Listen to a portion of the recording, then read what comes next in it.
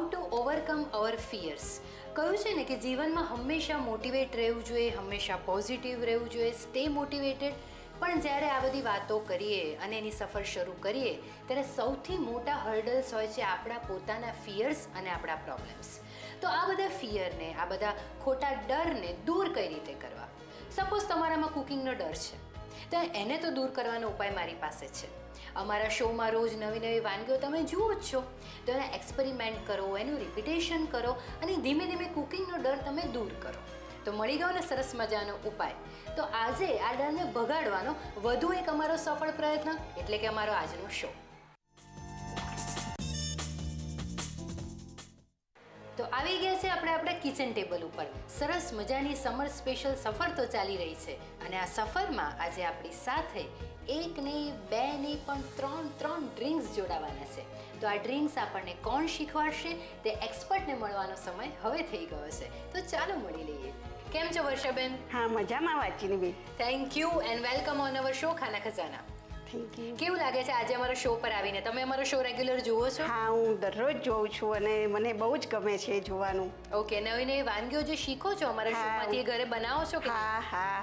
Okay, તો આજે કઈ વાનગીઓ લઈને અમારી સમક્ષ આવ્યા છો? આજે હું 3 ડિફરન્ટ ડ્રિંક્સ બનાવીને આપને બતાવીશ. તો આપણી આ સમર સ્પેશિયલ સફર ચાલી રહી છે, તો સમરમાં તમે કેવા ડ્રિંક પ્રિફર કરો છો?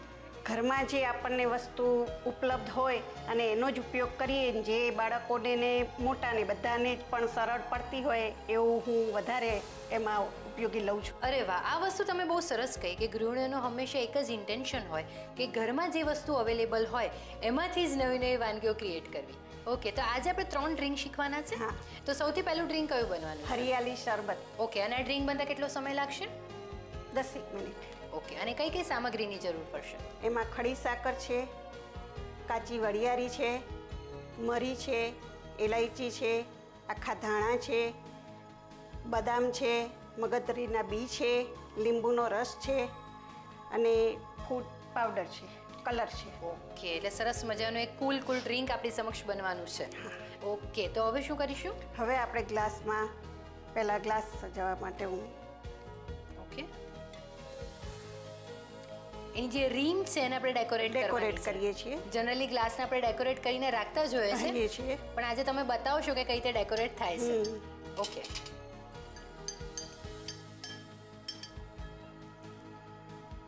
લેમનનો જે જ્યુસ હોય છે, હા, એને લગાવી દેવાનો છે. લેમન લગાવી જ્યુસ અને એને ટોપરાની છીડમાં મેં એને આની જગ્યાએ આપણે હની જો હોય, હા, તો પણ સારી રીતે કરી શકાય. તો પણ આપણે રીમને સરસ રીતે ડેકોરેટ કરી શકીએ. ઓકે, હવે શું કરીશું? હવે આપણે એમાં આ બધું જ જે મિશ્રણ આપણે કરેલું છે ઇન્ગ્રેડિયન્ટ્સ, ઓકે, એને આપણે લગભગ 1 ગ્લાસ જો રેડી કરવું હોય તો મિશ્રણ કેટલી ટેબલ સ્પૂન લેવાનું? 2 અઢી. ઓકે, 2 થી 2.5 ટેબલ સ્પૂન જેટલું મિશ્રણ લઈ લેવાનું છે. અને પછી એમાં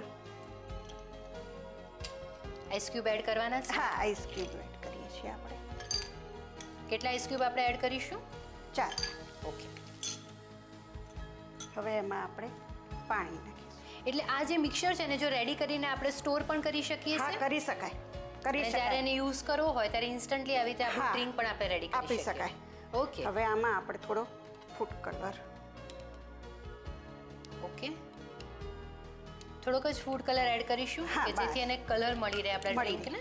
નેચરલ આપણું ડ્રિંક્સ. ઓકે, કારણ કે હરિયાળી ડ્રિંક એવું નામ છે એટલે એ પ્રમાણે એનો લુક પણ હોવો જોઈએ. ઓકે,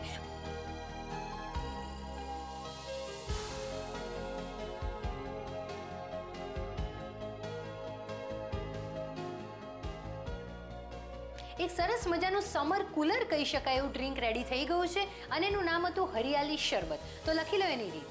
હરિયાળી શરબત બનાવવા માટે જોઈશે ખડી સાકર 2 ટેબલ સ્પૂન, મગજતરીના બી 1 ટેબલ સ્પૂન, બદામ 3 નંગ, વરિયાળી 2 ટેબલ સ્પૂન, મરી 5 નંગ, ઇલાયચી 2 નંગ, ધાણા 1 ટીસ્પૂન, લીંબુનો રસ 1 ટીસ્પૂન, આઈસ ક્યુબ 4 નંગ, પાણી 1 ગ્લાસ, ગ્રીન ફૂડ કલર ચપટી. હરિયાળી શરબત બનાવવા માટે સૌપ્રથમ સર્વિંગ ગ્લાસની રિંગને લીંબુ કોપરાનો છીણ લગાવો. ત્યાર પછી ગ્લાસમાં વરિયાળી પાવડર, તેમાં બરફ, પાણી, ગ્રીન ફૂડ કલર નાખી બરાબર મિક્સ કરો અને સર્વ કરો. તો તૈયાર છે હરિયાળી શરબત.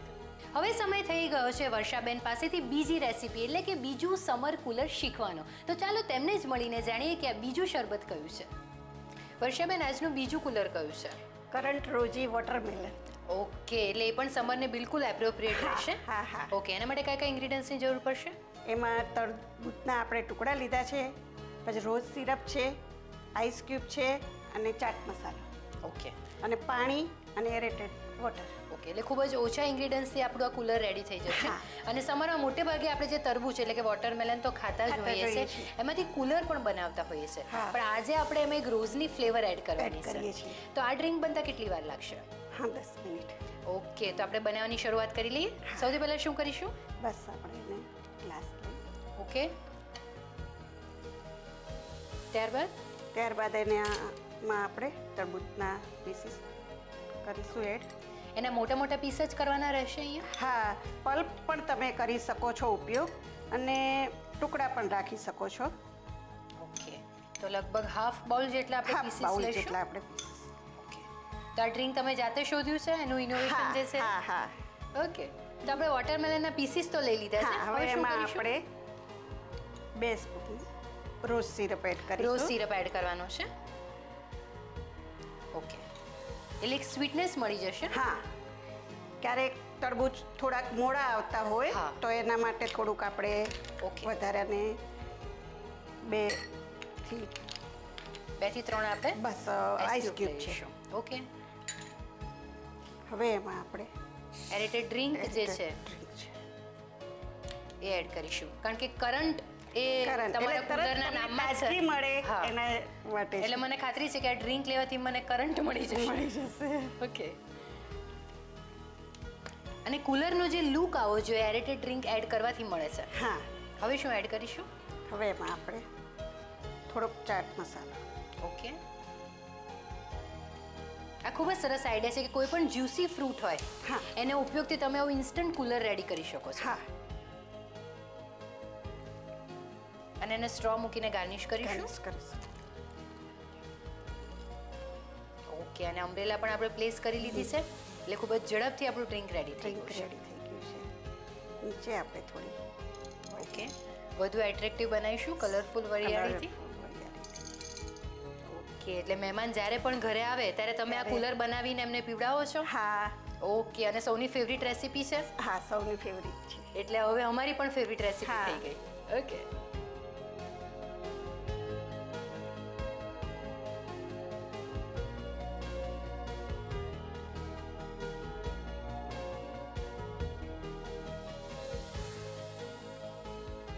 સમર સ્પેશિયલ બીજું કુલર પણ રેડી થઈ ગયું છે, current rosy watermelon.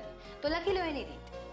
Current rosy watermelon બનાવવા માટે જોઈશે તરબૂચના pieces 1 bowl, rose syrup 2 tablespoon, ice cube 3 નંગ, એરેટેડ ડ્રિંક 1 ગ્લાસ, ચાટ મસાલો ચપટી. કરંટ રોઝી વોટરમેલન બનાવવા માટે સૌપ્રથમ સર્વિંગ ગ્લાસમાં તરબૂચના પીસીસ, રોઝ સિરપ, બરફ, એરેટેડ ડ્રિંક, ચાટ મસાલો નાખી સર્વ કરો. તો તૈયાર છે કરંટ રોઝી વોટરમેલન. તો આજના શોમાં તો 1 નહીં 2 નહીં પણ 3 રેસીપી તમારી સમક્ષ અમે રજૂ કરવાના છીએ. તો હવે સમય થઈ ગયો છે ત્રીજી રેસીપી જાણવાનો. તો ચાલો વર્ષાબેનને મળી લઈએ. તો વર્ષાબેન, હવે ત્રીજું કુલર કયું રહેશે? એ આપણું છે રોજ બહાર. ઓકે, એટલે રોઝનો ઉપયોગ કરવાનો છે આમાં? હા. કઈ કઈ સામગ્રી જોઈશે? પાંદડી છે અને ખાંડ છે અને પાણી છે. ઓકે, ફક્ત 3 ઇન્ગ્રેડિયન્ટ્સથી આપણે કુલર રેડી કરવાનું છે. હા, પણ ઠંડક મળે છે ને ગુલાબથી. એટલે ગરમીમાં એટલે બરાબર છે, એનો ઉપયોગ કરવો ખૂબ જ સારો છે. તો હું બહુ જ ક્યુરિયસ છું કે 3 ઇન્ગ્રેડિયન્ટ્સમાંથી તમે કઈ રીતે કુલર રેડી કરશો. તો સૌથી પહેલા શું કરીશું? ખાંડની આપણે ચાસણી કરીશું. ઓકે, તો એના માટે ઇન્ડક્શન ઓન કરી લઈએ આપણે. હવે આપણે ખાંડ આમાં મૂકી 1 બાઉલ જેટલી ખાંડ લેવાની છે. હવે એનામાં આપણે ખાંડ ડૂબે એટલું પાણી નાખીશું. બરાબર. એક ચાસણી રેડી કરવાની છે આપણે. બસ. ઓકે, ટેમ્પરેચર કેવું રાખીશું? બસ મીડિયમમાં જ. મીડિયમ રાખીશું. હા. ઓકે, તો આપણી ખાંડ ઓગળી જાય તો આપણી ચાસણી રેડી થઈ જશે. હા. ઓકે, અને ઓગળવા પણ આવી છે. ઓકે, હવે શું કરીશું? બસ હવે આને આપણે બંધ કરીશું અને એમાં આપણે ગુલાબની પાંદડીઓ નાખીશું. ઓકે, તો ઇન્ડક્શન ઓફ કરી લઈએ. ઓફ કરી દો. અને તાજા જે ગુલાબ છે એની પાંદડીઓને ધોઈને કોરી કરી રાખી છે. 1 વાટકી આપણે ખાંડ લીધી છે તેના પ્રમાણમાં આપણે 3 વાટકી ગુલાબની પાંદડીઓ લઈએ છીએ. ઓકે. તો એને ક્રશ કરીને નાખવાની છે? ના, આપણે આખી જ નાખીએ છીએ. પછી આખી ચાસણીને જે આપણે જે બધું તૈયાર થઈ જાય ને એને આપણે ક્રશ કરીશું. ઓકે. જ્યારે આ ઠરી જાય એટલે આપણે એને પછી ક્રશ કરીને ભરી લઈશું. ઓકે. એટલે આને ડુબાડીને રાખવાની છે ચાસણીમાં પછી? બસ આને ઠરવા દેવું પડશે. એટલે ઠરી જાય પછી જ આપણે એને અને રૂમ ટેમ્પરેચર પર આવી જાય. હા, રૂમ ટેમ્પરેચર પર આવી જાય પછી રેડી કરી શકીએ. હા. ઓકે. વચનીબેન, મેં આ પહેલેથી જ ઠંડુ કરીને રાખ્યું છે એટલે આપણે એને હવે ઉપયોગમાં લઈશું. ઓકે. ઓકે, પેનમાં જે આપણું મિશ્રણ હતું ચાસણી અને રોઝની પત્તીઓ, હા, ઓકે, એને આપણે ડુબાડી રાખીએ. એમાં મિશ્રણ ઠંડુ થઈ ગયું. ખાંડની ચાસણી અને ફૂલની પત્તી હતી તે બંનેને આપણે ડુબાડીને રાખ્યા એટલે ગરમ હતું એટલે આપણે ઠરવા દેવા રાખ્યું છે. અને થોડું ક્રશ કરી લીધું છે. હા, ક્રશ કરીને મેં રાખ્યું છે તૈયાર. ઓકે. હવે એમાંથી આપણે કુલર રેડી કરવાનું છે. એટલે એક ગ્લાસમાં આપણે કેટલી ટેબલસ્પૂન અત્યારે મિશ્રણ લીધું? 3 ટેબલસ્પૂન. ઓકે. હવે શું કરીશું? હવે એમાં આપણે પાણી એડ કરીશું. ઓકે. આપણું રોઝનું એક કુલર રેડી થઈ રહ્યું છે. હા, આમાં હવે આપણે થોડું પાણી નાખીએ છીએ અને એમાં થોડો આપણે બરફ એડ કરીએ છીએ. ઓકે. ખૂબ જ સિમ્પલ ડ્રિંક છે, ઓછા ઇન્ગ્રીડિયન્ટ્સથી બની જાય છે અને છતાં પણ કહેવાય છે ને કે રોઝ અથવા તો રોઝમાંથી બનેલી જેટલી પણ આઇટમ્સ છે એ બોડીને કુલિંગ ઇફેક્ટ આપે છે. તો સમર માટે તો ખૂબ જ લાગે. ઓકે. તો સમર માટેનું એક એપ્રોપ્રિએટ કુલર રેડી થઈ ગયું છે અને એનું જે ફાઇનલ ગાર્નિશિંગ છે આપણે સ્ટ્રો અને અમ્બ્રેલા પ્લેસ કરીને કરીશું. હા, ગાર્નિશિંગ માટે આપણે આ સ્ટ્રો અને અમ્બ્રેલા. ઓકે. સમર સ્પેશિયલ રોજ બહાર તૈયાર થઈ ગયું. યસ. અને સમર સ્પેશિયલ 3 ડ્રિંક આજે તમે અમારી સમક્ષ શેર કર્યા છે અને ખૂબ જ ઇન્સ્ટન્ટલી બની જાય છે અને એના જે ઇન્ગ્રીડિયન્ટ્સ હતા એ પણ ઇઝીલી અવેલેબલ હોય છે.